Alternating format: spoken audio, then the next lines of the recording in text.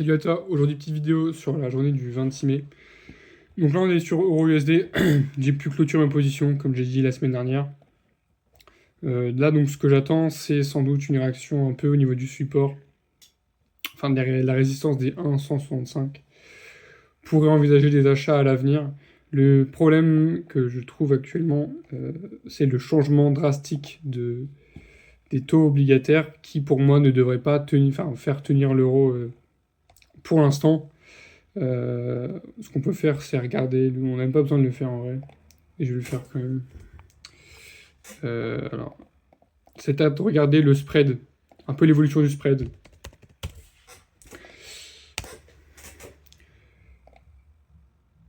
Donc du coup, là, ce qu'on a, c'est qu'on a quand même une augmentation du spread encore une fois. Donc là, on repart légèrement à la baisse. Mais ça reste assez important. Donc c'est pas ce qui devrait être reflété sur... Enfin, c'est ce qui devrait être reflété sur USD.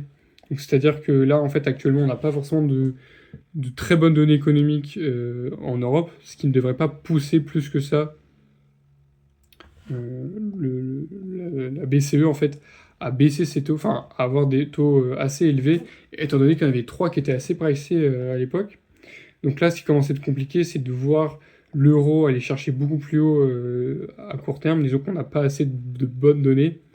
Par contre, ce qui va pouvoir nous appuyer, c'est les données PSE et du PIB du deuxième trimestre qui arrive donc jeudi. Ça donnera déjà un bon indicateur avec les données d'inflation liées un peu à tout ça. À côté de ça, en fait, on n'a pas forcément de quelque chose de très rassurant venant de l'Iran. Donc, dans le contexte actuel, cette fourchette-là, elle reste clairement, en fait, envisageable sans vraies données, quoi, sans ce qui soutient vraiment. Donc là, en fait, dans ce contexte, moi, ce que je pourrais viser, c'est sans doute une vente, en fait, un achat assez plus bas là. Donc, en fait, on reviendrait proche de cette zone de volume-là, et re-envisager donc une ouverture à ce prix-là. En fait, ça, c'est le scénario de base. Donc, je pense que ça peut aller comme ça. Voilà, comme ça. Ça pourrait ressembler à ça. Bon, ça va vraiment dépendre de ce qui va arriver en termes de données.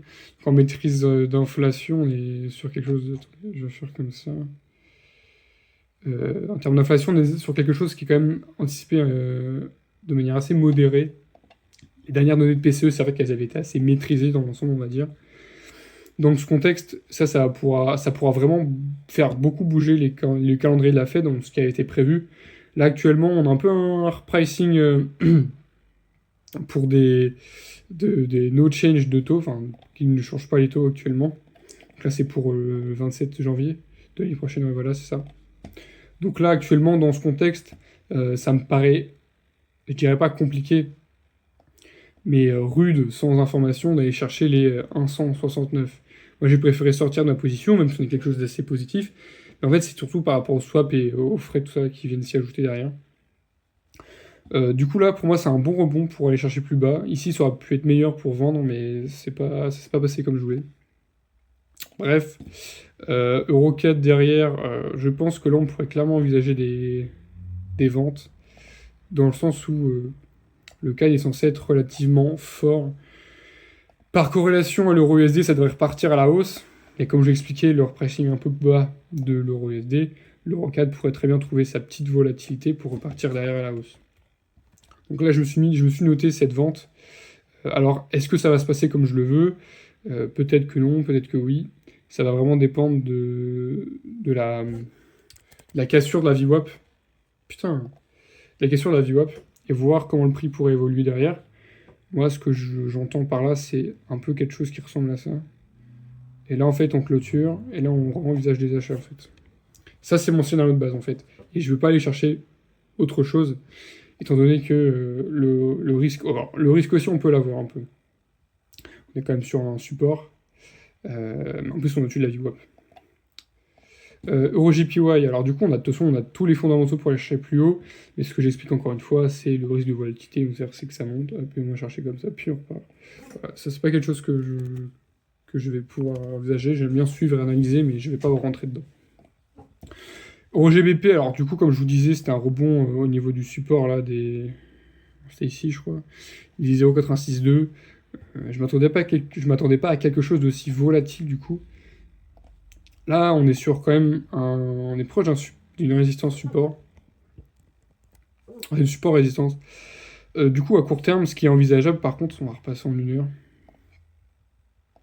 c'est de voir un peu les volumes. Évidemment, on reste dans cette zone-là. J'ai pas voulu spéculer, donc là, c'était à l'ouverture, dimanche, lundi soir, hier soir. Ouais. J'ai pas voulu me positionner dessus. On avait quand même quelque chose d'assez positif pour le GBP en termes d'indice. Bon, bien sûr, c'est à évaluer par ça, mais on était quand même assez haut. Beaucoup d'optimisme. J'ai pas préféré me positionner dessus, étant donné qu'on a. Bon, l'autre point, c'était quand même le 10 ans qui avait salement chuté en fait venant de la livre sterling. Donc c'était un point qui pouvait m'encourager à ce trade, mais j'ai pas préféré rentrer. Bon, du coup, ça se ressent bien, en plus de la baisse des indices. Du coup, à court terme, bon là, du coup, encore une fois, je reste baissier, j'attends une belle réaction pour aller chercher plus bas.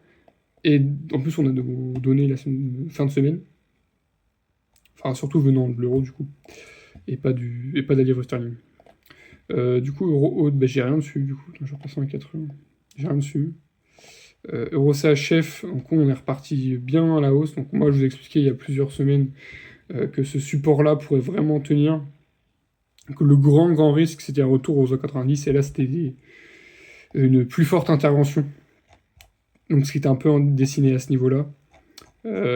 Du coup, vis-à-vis de tout ça, peut-être qu'on va pouvoir observer nos niveaux un peu de résistance dans cette zone pour aller chercher les 0,90.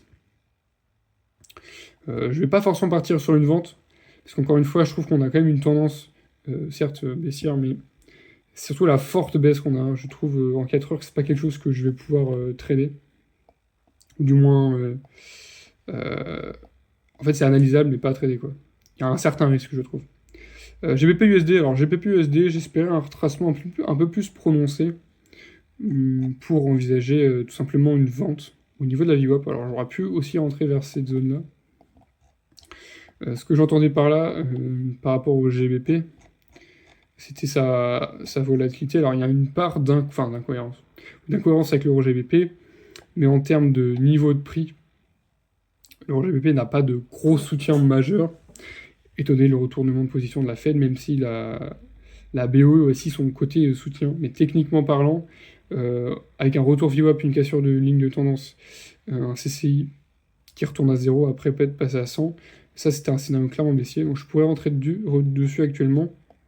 J'attends une plus grande volatilité, enfin une plus petite, pour retourner au 1,34,6 et aller vendre jusqu'au plus bas des 1,33. GBP CAD, du coup là c'était toujours un très bon trade, envisager un achat dans cette petite zone, ce que j'avais pas pris du coup. Donc là on est clairement surévalué à court terme, donc cette zone là est vraiment... n'achetez pas à ce niveau là je pense.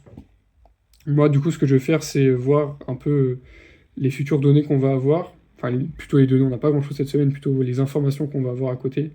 Ça va pouvoir nous donner un peu une direction des prix, sachant qu'on a oui, ça, on a trop de croissance PIB.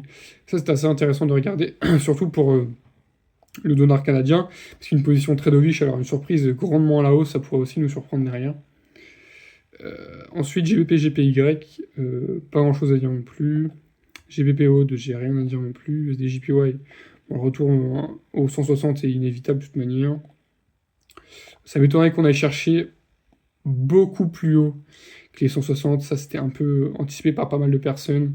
Alors, voir à ce niveau-là comment le prix réagit, mais on pourrait aussi faire un grid, c'est-à-dire on va envisager en premier short là, puis reshort, mettons, niveau intermédiaire, puis reshort à ce niveau-là. Voilà, ça c'est un scénario que je pourrais, enfin quelque chose que je pourrais faire. USDK, du coup, on rentre toujours dans notre tendance haussière. Donc, ce qui est con, c'est que j'aurais pu aussi envisager cette tendance haussière. C'est pas ce que j'ai pris. USDCHF, c'est un peu le soutien qu'on a sur euro actuellement, euro CHF aujourd'hui. Donc, un peu une affaire à suivre. Et attendez mes prévisions de repartir à la hausse derrière.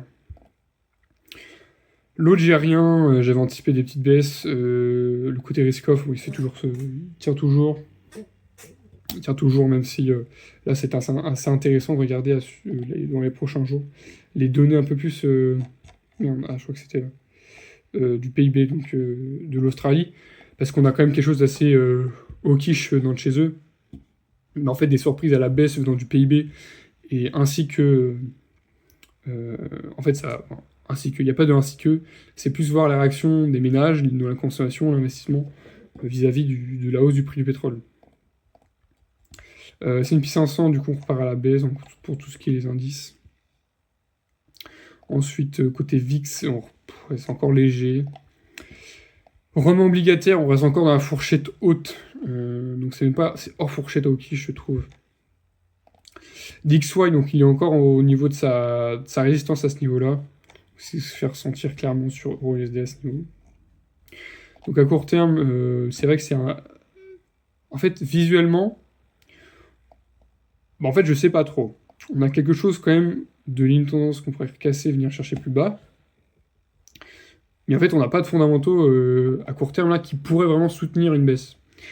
Donc, mon scénario, c'est aussi d'aller chercher plus haut, vers les 100, pour repartir plus bas dans les jours à venir. Étant donné qu'on a des plutôt bonnes données la semaine prochaine, enfin, en fin de semaine, je veux dire, ce qui devrait apporter un certain dynamisme, une bonne volatilité liée au dollar derrière tout ça. Rendement obligataire, j'ai pas grand chose à dire. Côté Nikkei, c'est pareil, on tape des ATH. Du coup, Bitcoin, on repart directement à la baisse. C'est vrai qu'on n'a pas de bons fondamentaux. Enfin, en fait, à long terme, si, mais à court terme, c'est très court, moyen terme, c'est très menacé. XOUSD, donc la reprise du dollar prime donc sur XOUSD par rapport à sa cotation. C'est pas forcément un signal que j'aurais bien aimé avoir. Disons qu'avec cette cassure-là, j'aurais bien aimé pouvoir réenvisager des achats pour repartir à la moyenne des 4674. Ça peut être un bon scénario, ou même rechercher plus haut. Et sans accord, c'est vrai que ça paraît assez compliqué. En fait, on a un certain optimisme vis-à-vis d'un accord. Après, il y a des avancements, mais on a quand même des attaques qui persistent, des ripostes. Donc dans ce scénario, c'est assez compliqué. Donc là, pour moi, à court terme, sur le Brent, c'est pas du tout cohérent. C'est-à-dire que pour moi, je vous avais déjà parlé de cette fourchette-là, mais on l'a cassé ici.